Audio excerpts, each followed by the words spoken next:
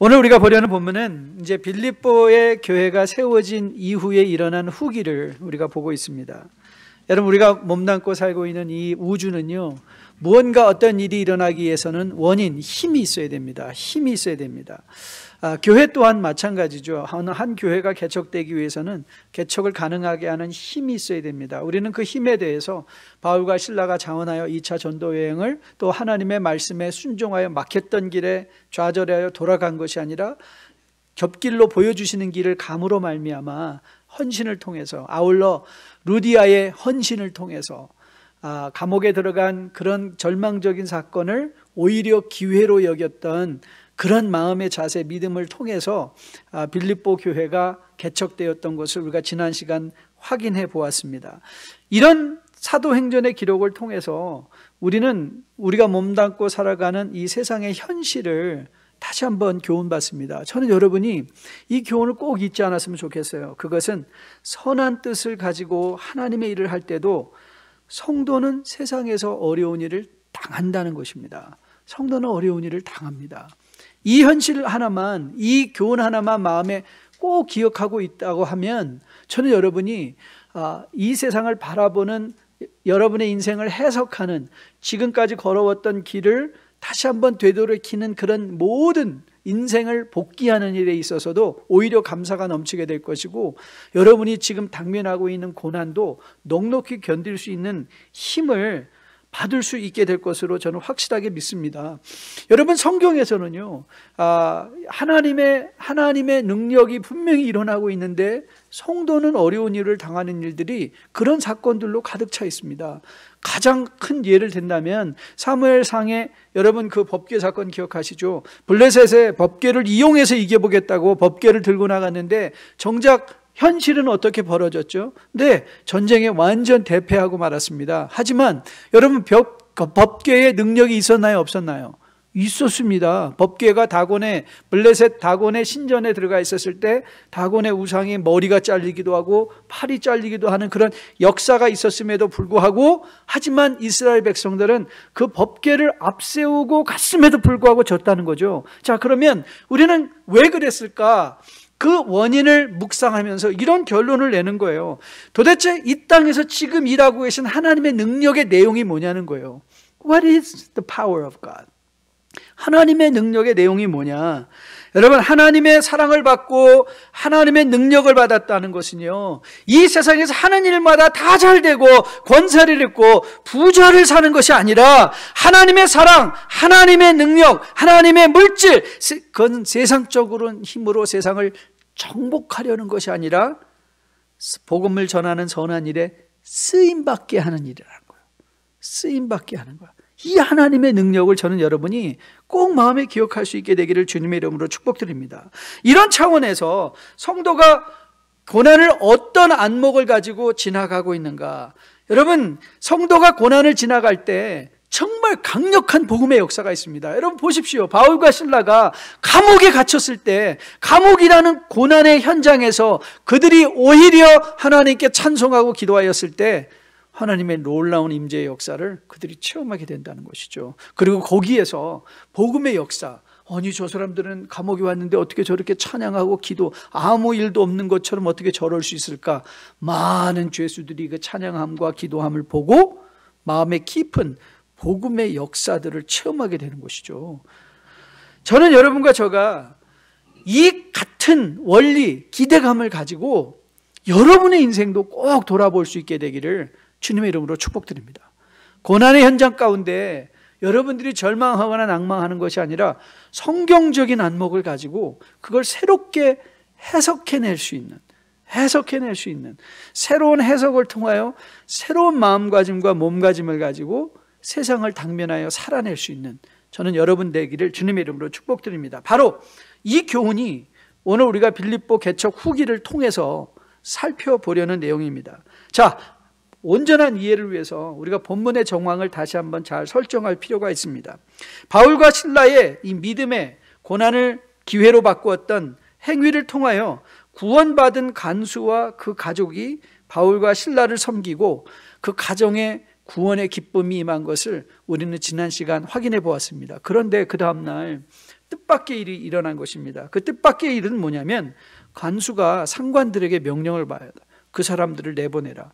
사실 오늘 누가는 왜 상관들이 그런 결정을 했는지는 우리에게 밝혀주지는 않고 있습니다. 아무튼 그 명령을 받았던 간수가 바울과 실라에게 와서 이제 상관들이 당신을 놓아주려 했으니 평안히 가십시오 라고 말을 합니다. 그때 바울과 실라가 보인 반응이 아주 흥미롭습니다. 자, 37절 말씀인데요. 37절을 보면 이렇게 기록되어 있습니다. 바울이 이르되 로마 사람인 우리를 죄도 정하지 아니하고 공중 앞에서 때리고 옥에 가두었다가 이제는 가만히 내보내고자 하느냐? 아니라 그들이 친히 와서 우리를 데리고 나가야 하리라. 요즘이야 미국 시민권이 별 볼 일 없다고 하지만 별 볼 일이 있습니다. 미국 시민권, 미국 여권 파워 있습니다. 왜냐하면 미국이라는 국가 자체가 아직도 슈퍼 파워의 대국이기 때문에 그렇죠. 여러분, 미국 시민권도 이렇듯 외국에 나가면 파워가 있는데요, 당시에 로마 시민권은 미국 시민권과 비교할 수 없을 정도로 파워가 있었습니다. 어느 정도 파워가 있었냐고요? 네, 투표권이 있었을 뿐만 아니라 공적인 직분을 맡을 수 있던 명예 권리, 법적 조약을 친히 체결할 수 있는 권리, 또 로마 시민으로서 로마 시민권을 자녀에게 물려줄 수 있는 권리까지도 있었습니다. 그뿐 아니었습니다. 로마 시민들은 오직 재판을 통해서만 기소를 할 수 있고 기소를 당할 수 있고요, 그리고 재판할 때 자기 스스로를 반드시 변론할 수 있는 소명의 기회가 주어져야 되고요, 아울러 그 판정이 불합리하고 불공정하다고 느꼈을 때는 최종적으로 시저의 법정에, 로마 최고의 왕의 법정에 항소할 수 있는 권리가 있었습니다. 나중에 우리는 바울이 이 권리를 사용하여 자기의 케이스를 가지고 로마로 가고자 하였던 그 시도를 우리가 보게 될 것입니다. 또한 로마 시민은요, 어떤 재판 과정을 통해서, 신문하는 과정을 통해서 고문을 받을 수가 없었습니다. 고문을 받을 뿐만 아니라 그 형벌을 가할 때도 재판 없이 채찍질을 받을 수가 없었어요. 반역죄가 아닌 이상 사형을 언도할 수가 없었습니다. 그리고 사형이 언도된다 할지라도 로마 시민에게는 십자가 사형을 언도하지 않습니다. 왜냐하면 십자가 그만큼 힘든, 최종적으로 가장 악질적인 고문 방법이요, 사용 방법이었기 때문에 그렇습니다. 이런 로마 시민의 권리를 보니까 오늘 이 관리들이 잘못한 것이 금방 드러나게 됩니다. 여러분, 우리가 지난주 보았던 사도행전 16장 20절 말씀을 가서 보면 바울과 실라가 체포되던 장면의 말씀이죠. 상관들 앞에 데리고 나가서 말하되 이 사람들이 유대인인데 우리 성을 심히 요란하게 하여, 바울이 정말 유대인이었는지 확인하지도 않고 재판 없이 기소하여 변론의 기회도 없이 그들을 많이 때리고 옷을 찢어버리는 수치를 당하게 한 것이죠. 다음날 관리들이 바울과 실라를 석방하려 하자 바울은 그냥 순순히 나가지 않습니다. 로마 시민의 권리를 대며 자신을 가두었던 상관들의 사과를 요구합니다.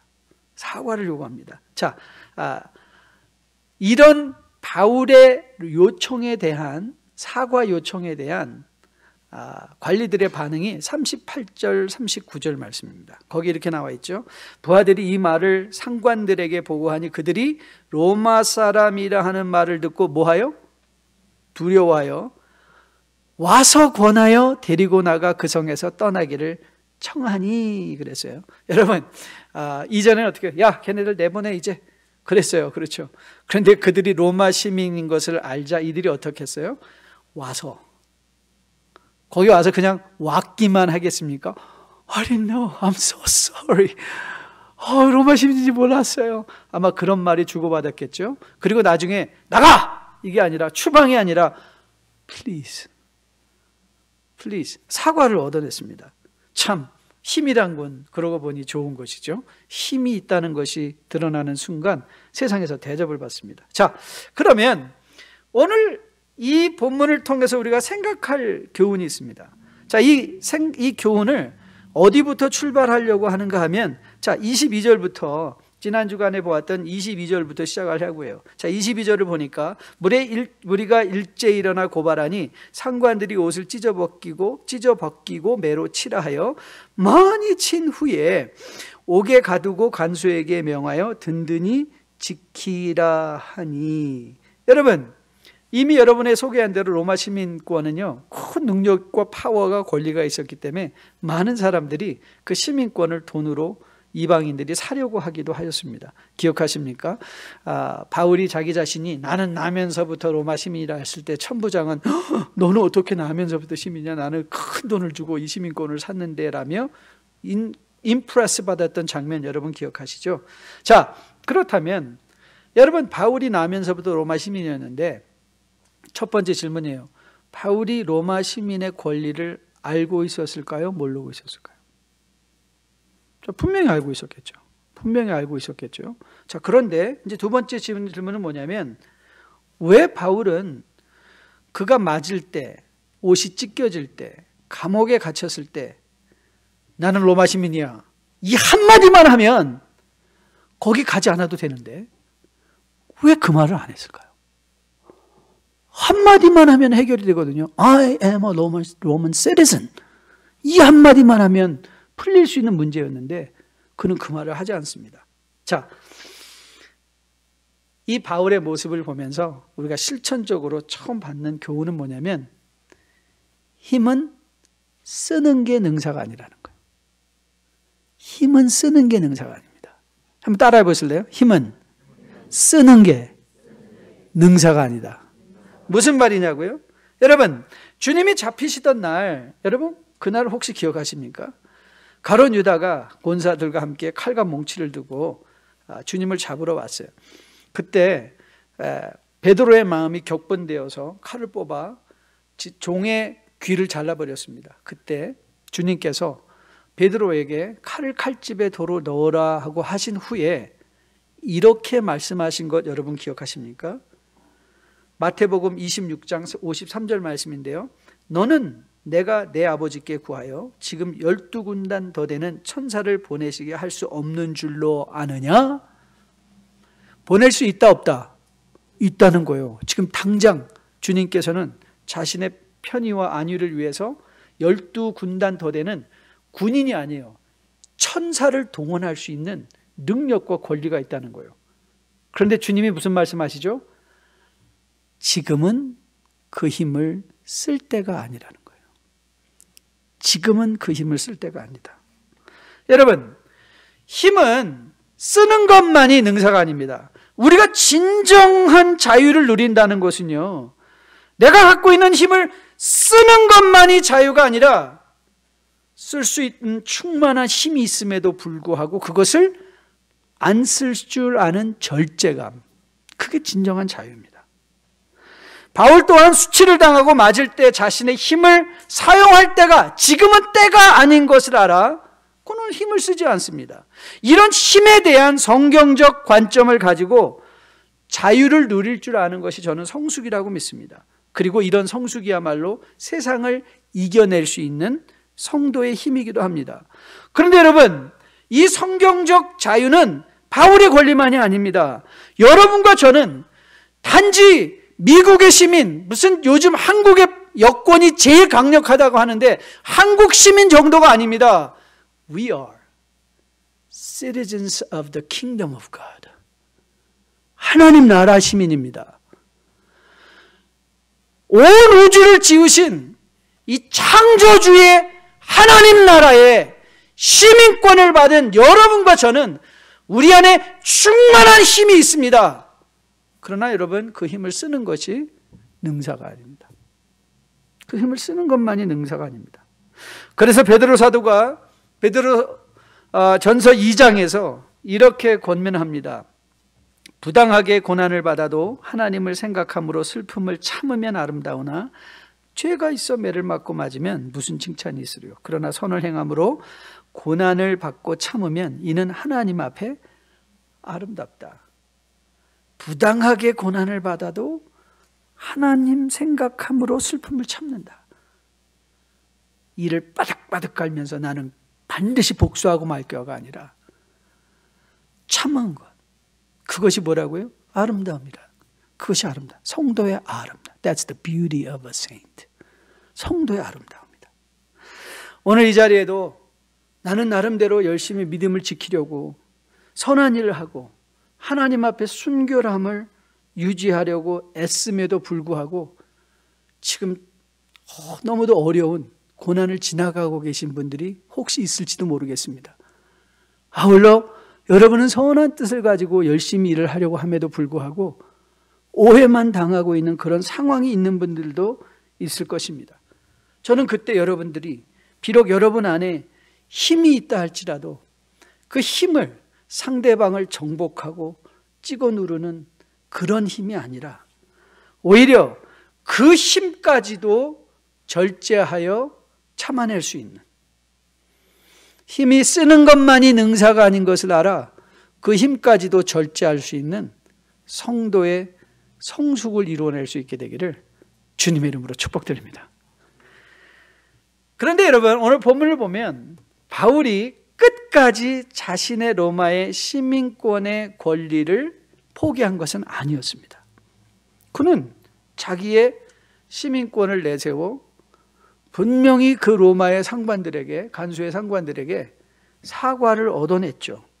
자, 그럼 우리는 힘은 쓰는 게 능사가 아니다. 두 번째 교훈은 뭐냐면요, 힘을 쓰는데도 타이밍이 필요하다는 거예요. 타이밍, 적절한 타이밍.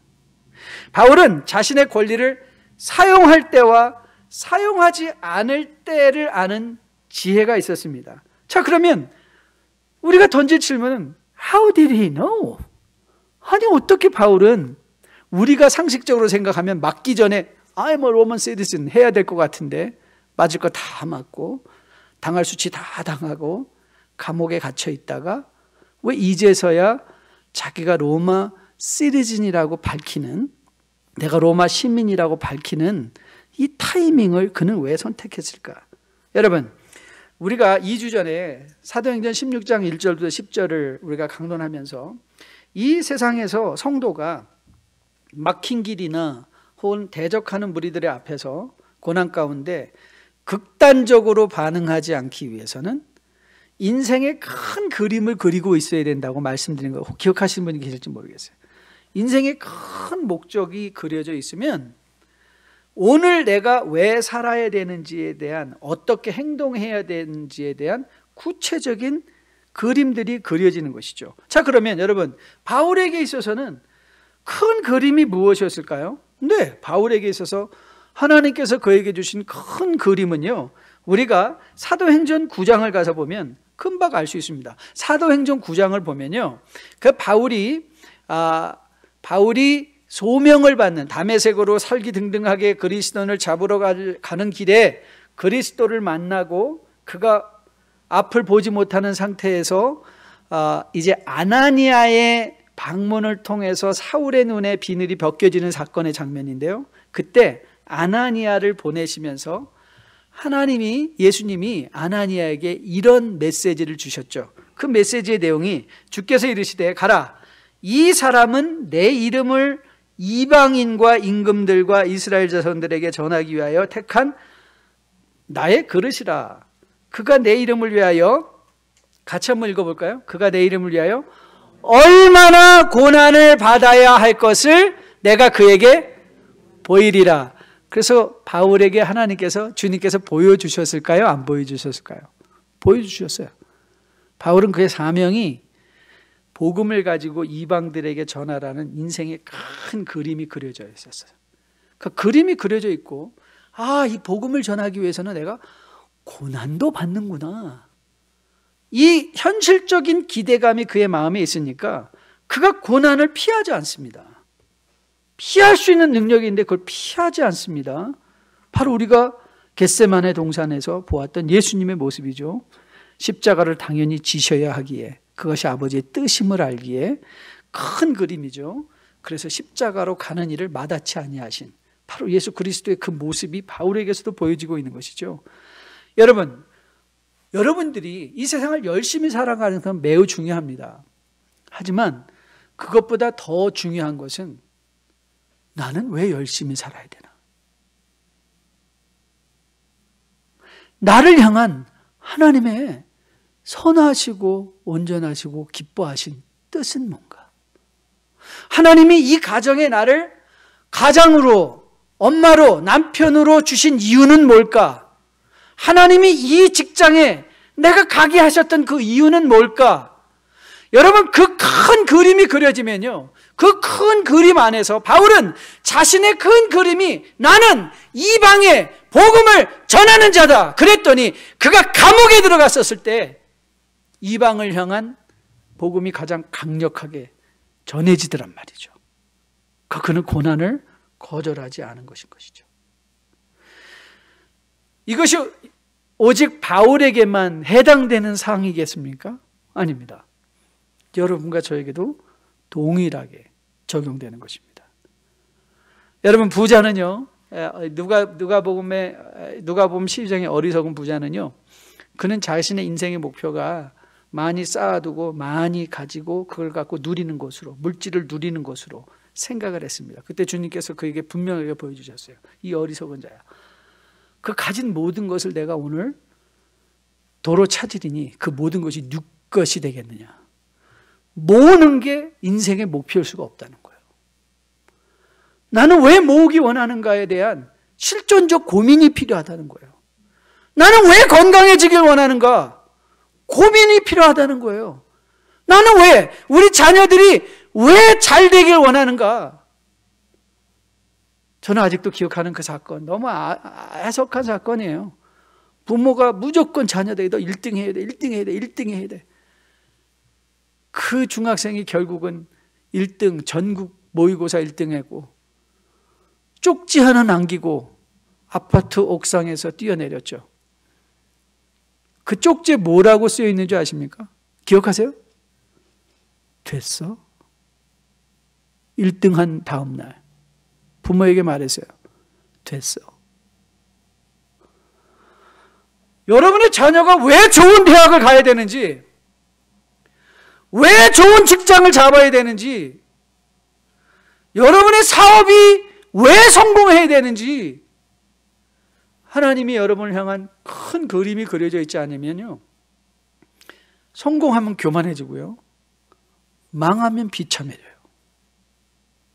하지만 하나님의 큰 그림은요, 성공해도 교만하지 않고 겸손해질 수 있고요, 고난 속에 들어가서도 절망하고 원망하고 낭망하고 비참해지는 것, 비굴해지는 것이 아니라 그 고난을 기회로 여기며 오히려 하나님의 영광의 찬스로 삼을 수 있다는 거죠. 바울은 이런 인생의 분명한 비전들이 세워져 있었기 때문에 그가 고린도전서 15장에서 이렇게 고면합니다. 그 유명한 부활장이죠. 만일 그리스도 안에서 우리가 바라는 것이 다만 이 세상의 삶뿐이면 모든 사람 가운데 우리가 더 불쌍한 자이리라. 그러나 이제 그리스도께서 죽은 자 가운데 다시 살아나사 잠자는 자들의 첫 열매가 되었도다. 부활이 여러분과 저가 부여받고 있는 생명의 약속이라는 거예요.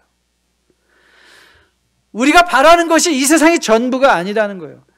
아니, 오히려 여러분들의 이 세상에서 일어나고 있는 모든 일들, 성공이면 성공, 실패면 실패, 이 모든 일이 합하여 부활하신 예수 그리스도와 함께 영원히 누릴 천국의 영광을 우리에게 주시기 위하여 지금 일어나고 있는 일이라는 거예요. 그렇다면 여러분이 성공했을 때 그 힘을 남용해서 이제 내가 보란듯이 살아봐야지가 아니라, 하나님은 이 물질을 통하여 나를 어떻게 나와 함께 동행하시길 원하시나. 고난을 당할 때도 우리는 그 질문을 던지는 거죠. 사업이 실패할 때도 하나님은 이런 실패를 통해서 무슨 메시지를 내 주변에 있는 사람들에게 전하기를 원하실까? 여러분, 인생의 큰 그림을 그릴 줄 알 때야 비로소 힘을 사용할까 사용하지 않을까 타이밍에 대한 이해가 생기는 것이죠. 이미 그의 부르심을 통하여 고난을 동반하는 것이 정상인 것을 알았던 바울은 그래서 로마서 8장 18절에서 선언하는 거죠. 생각하건대 현재의 고난은 장차 우리에게 나타날 영광과 비교할 수 있다 없다? 없다다. 그런데 여러분, 또 하나 좋은 소식, 이것은 결단코 바울의 삶만이 아닙니다.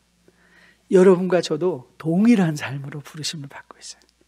바울은 우리의 믿음의 선진이요 이정표에 불과하지, 우리는 바울을 믿는 것 아닙니다. 우리는 바울을 이정표 삼아 예수 그리스도를 믿는 거죠. 그래서 베드로 사도가 베드로전서 4장 16절에서 이렇게 선언합니다. 만일 그리스도인으로 고난을 받으면 부끄러워하지 말고 도리어 그 이름으로 하나님께 영광을 돌리라. 그랬어요. 타이밍이죠. 고난을 받을 때 부끄러워하지 않고, 고난을 받을 때 비관하지 않고, 비굴해지지 않고, 오히려 하나님께 감사하며 그것을 하나님이 나에게 주신 소명의 실현의 기회로 삼는 것. 저는 여러분에게 이 믿음의 복된 원리들이 마음밭에 꼭 새겨줄 수 있게 되기를 주님의 이름으로 축복드립니다. 요한 1서에서 요한 사도가 이렇게 권면했습니다. 형제들아, 세상이 너희를 미워하여도 이상히 여기지 말라. 우리는 형제를 사랑함으로 사망에서 옮겨 생명으로 들어간 줄을 알거니와 사랑하지 아니하는 자는 사망에 머물러 있느니라. 그러니까 여러분과 저는 세상에서 고난을 받을 때 이상히 여기지 않는 거죠. 그 고난을 피하는 것만을 목표로 삼는 게 아니죠. 고난도 하나님의 타이밍이 될 수 있다. 고난도 하나님의 기회가 될 수 있다. 이 복된 사실이 여러분에게, 여러분의 마음밭에 꼭 새겨지기를 주님의 이름으로 축복드립니다. 힘은 쓰는 게 능사가 아닙니다. 힘을 쓸 때도 타이밍이 있어야 됩니다. 인생의 큰 그림을 통한 타이밍. 마지막 교훈은요, 복수하는 데 힘쓰지 말고 복음 전하는 데 힘쓰라는 거예요. 복수하는 데 힘쓰지 말고 복음 전하는 데 힘쓰라. 여러분, 한국말 중에 이런 말이 본때를 보여줄 거야. 본때를 보여준다. 여러분, 힘을 사용해서 자신의 결백을 드러낼 뿐만 아니라 통쾌하게 복수하여 상대방을 완전히 눌러버리는 것. 여러분, 우리 생각만 해도 얼마나 마음이 시원합니까? 드라마에서도 고생당하던 자가 나중에 본때를 보여줘서, 그렇죠? 그들을 짓밟고 서는 모습 얼마나 기대할 만합니까? 그런데 성경은요, 힘을 내 결백을 드러내는 데 사용하지 말고 복음을 전하는 데 사용하라 권면합니다. 그게 성경의 권면이에요. 바울이 로마서 12장 17절에서 권면합니다. 로마서 12장 17절인데요. 아무에게도 악을 악으로 갚지 말고 모든 사람 앞에서 선한 일을 도모하라 그랬어요. 바울만 아닙니다. 베드로 사도 거의 같은 말을 합니다. 자, 베드로전서 3장 9절인데요. 같이 한번 읽어볼까요? 시작. 악을 악으로 욕을 욕으로 갚지 말고 도리어 복을 빌라. 이를 위하여 너희가 부르심을 받았으니 이는 복을 이어받게 하려 하심이라. 베드로 사도는 한 단계 더 나가죠. 악을 악으로, 욕을 욕으로만 갚지 말라는 게 아니라 거기에 더불어서 뭐까지? 복까지 빌어주라. 17절 말씀이 베드로전서 3장 17절입니다. 선을 행함으로 고난받는 것이 하나님의 뜻일진데 악을 행함으로 고난받는 것보다 더 낫다. 선을 행함으로 뭐 하는 게 하나님의 뜻이라고요? 고난받는 게 하나님의 뜻이라는 거예요. 아니, 도대체 바울과 베드로는 어떤 인간들에게 이런 놀라운 삶의 원리, 삶의 가치들을 가질 수 있었을까? 왠지 아십니까? 그들은 같은 예수님께 배웠기 때문에 그래요. 여러분, 예수님이 뭐라고 우리에게 가르쳐 주셨나요? 자, 마태복음 5장 10절 말씀 같이 한번 읽습니다. 시작. 의를 위하여 박해를 받은 자는 복이 있나니 천국이 그들의 것임이라. 자, 같은 산상수훈의 39절부터 44절까지 같이 한번 읽어보겠습니다. 같이 읽습니다. 시작. 나는 너희에게 이르노니 악한 자를 대적하지 말라. 누구든지 내 오른편 뺨을 치거든 왼편도 돌려대며 또 너를 고발하여 속옷을 가지고자 하는 자에게 겉옷까지도 가지게 하며 또 누구든지 너로 억지로 오리를 가게 하거든 그 사람과 심리를 동행하고 내게 구하는 자에게 주며 내게 꾸고자 하는 자에게 거절하지 말라. 또 내 이웃을 사랑하고 내 원수를 미워하라 하였다는 것을 너희가 들었으나 나는 너희에게 이르노니 너희 원수를 사랑하며 너희를 박해하는 자를 위하여 기도하라. 바울과 베드로가 예수님께 배운 제자라는 것이 분명히 드러나죠. 그러면 여러분과 저는 누구에게 배우죠? 예수님께 배우는 거예요. 여러분과 저도. 그렇다면 이제 우리가 던질 질문이 이거예요. 아니 그러면 그냥 가지. 왜 바울과 실라는 상관들의 사과를 받아냈을까? 저는 오늘 이 본문의 정황을 보면 바울이 그들을 정죄하여 분명히 그들이 잘못한 것에 대해 대가를 치르게 하게 하려 함이 아니라 저는 그것조차도 본인의 로마 시리즌됨, 로마 시민됨을 밝힘으로 저는 상관들에게도 복음을 전하고 있다고 저는 믿습니다. 상상해 보세요. 여러분 상관들이 로마 시민들이었어? 근데 왜 맞았을까? 무엇이 그들로 맞게 했을까? 생각했겠습니까? 안 했겠습니까? 저는 반드시 했다고 믿습니다. 아울러 이 상관들이 빌립보에 세워진 교회들을 다른 눈으로 봤을 것 같아요. 이야, 저 사람들은 우리랑 다른 것 같은데. 빌립보 교회. 저는 바울이 그 힘을 사용한 것조차도 복음을 위한, 빌립보 교회를 위한 놀라운 기회로 사용했던 것으로 저는 믿습니다. 여러분, 하나님이 때로 우리에게 육체의 힘, 물질의 힘, 권력의 힘을 주십니다. 하지만 그 힘은 여러분과 저의 체면을 세우고 본때 있게 이웃들에게, 자기를 무시했던 이웃들에게 본때 있게 한번 보여주기 위함이 아니라, 빌립보서 2장에서 바울은 권면해줘. 너희 안에 이 마음을 품으라. 곧 그리스도 예수의 마음이니, 하나님이 여러분에게 건강으로, 물질로, 엄청난 부로, 명예로, 권위로 채워주실 때 그걸 가지고 본때 있게 보여주고 나도 한번 누리고 살아보자가 아니라, 그것조차도 하나님 예수 그리스도를 닮을 수 있는 기회, 자신을 비울 수 있는 기회, 그래서 영원한 생명을 추구할 수 있는 기회. 바울이 로마서 12장 19절에서 이렇게 선언합니다. 같이 한번 읽어볼까요? 같이 읽습니다. 시작. 내 사랑하는 자들아, 너희가 친히 원수를 갚지 말고 하나님의 진노하심에 맡기라. 기록되었으되 원수 갚는 것이 내게 있으니 내가 갚으리라. 주께서 말씀하시니라. 우리에게 주신 힘은 복수를 위한 힘이 아닙니다. 복음을 위한 힘입니다. 복음은 우리가 그 힘을 적절할 때, 사용할 때 복음의 능력이 나타납니다. 이 하나님께 원수를 맡기고 살아가는 자들은요, 힘이 쓰는 게 능사가 아님을 알고 있습니다. 그리고 저는 여러분과 저도 이 말씀의 교훈이 마음판에 꼭 새겨지는 이 아침 되기를 주님의 이름으로 축복드립니다. 그런데 한 가지 우리가 생각할 것, 왜 상관들이 갑자기 밑도 끝도 없이 그들을 풀어주라 했을까? 누가는 자세히 설명하고 있지 않지만 저는 이 문제를 가지고 오랫동안 묵상했는데 결론은 이거였어요. 하나님이 일하셨기 때문에. 하나님이 일하신 거예요. 그렇죠?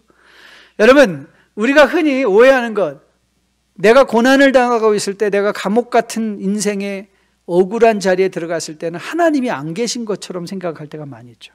근데 여러분, 욥이 우리에게 교훈하는 게 뭐였죠? 욥기가 뭘 교훈했어요? 욥이 가장 어려움과 고난을 지나고 있을 때 온 우주의 창조에 대한 하나님의 관심은 누구에게? 욥에게 기울고 있었다. 하나님은 바울과 실라는 하나님이 일하고 계심을 알고 있었기 때문에 그가 도망쳐야 될 필요가 없다는 것도 알고 있었어요. 옥문이 열렸을 때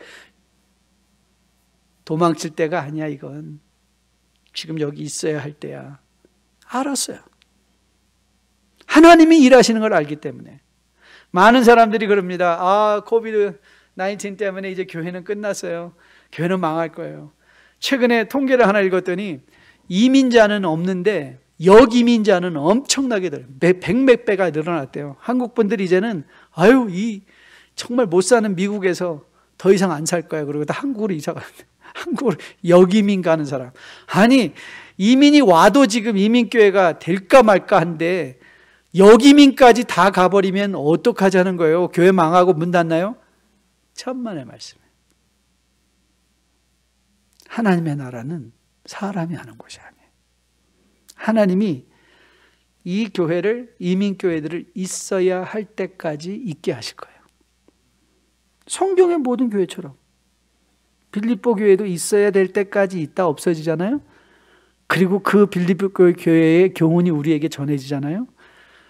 여러분 한국 교회 보면서 왜들 저러지? 한국 교회 끝나서 이제 우리는 그런 말 하지 맙시다. 교회가 끝이 나다니요. 교회 끝나지 않습니다. 아니 오히려 교회는 더 purify, 정결하게 될 것이고요. 교회는 더 참된 복음의 추종자들이 모여서 빛과 소금의 역할을 회복하여 감당하는 날이 올 거예요. 아니 지금 오고 있고 지금도 그런 일이 일어나고 있어요. 왜죠? 하나님이 일하시니까. 오늘 고난 중에 신음하는 분들 계십니까? 저는 여러분이 이 한 가지 사실 꼭 마음에, 하나님은 지금도 내 인생 가운데 일하고 계시다. 이 말씀을 꼭 마음에 받고 돌아가시는 여러분 되시기를 주님의 이름으로 축복드립니다. 하나님은 지금도 여러분의 가정에 일하고 계십니다. 여러분의 자녀에 일하고 계십니다. 여러분의 직장에, 여러분의 사업체에 일하고 계십니다. 이 하나님은 결단코 실패하지 아니하실 하나님이십니다. 그래서 여러분과 저가 마음에 기억할 것은 이제 이 그리스도와 함께 살아가는 것입니다. 오늘 우리가 마지막 찬양을 하려고 하는데요. 내가 그리스도와 함께 십자가에 못 박혔나니 그런즉 이제 내가 산 것 아니요 오직 내 안에 예수께서 산 것이다. 저는 여러분의 이 찬양이 기도가 되었으면 참 좋겠어요. 이젠 여러분 우리가 언제 고민하고 언제 우리의 마음이 상하고 언제 감정이 상하고 언제 우리가 비참해지고 언제 우리가 비굴해지냐면 내 안에 내가 살 때 그때 비굴해져요. 그러나 내 안에 그리스도, 그리고 우리는 그 그리스도와 함께 살아가면 비굴해할 필요 없고 교만해질 필요 없고 그리스도의 마음으로 주님 다시 오시는 날까지 우리 믿음 잘 지키며 살아낼 수 있을 것으로 믿습니다.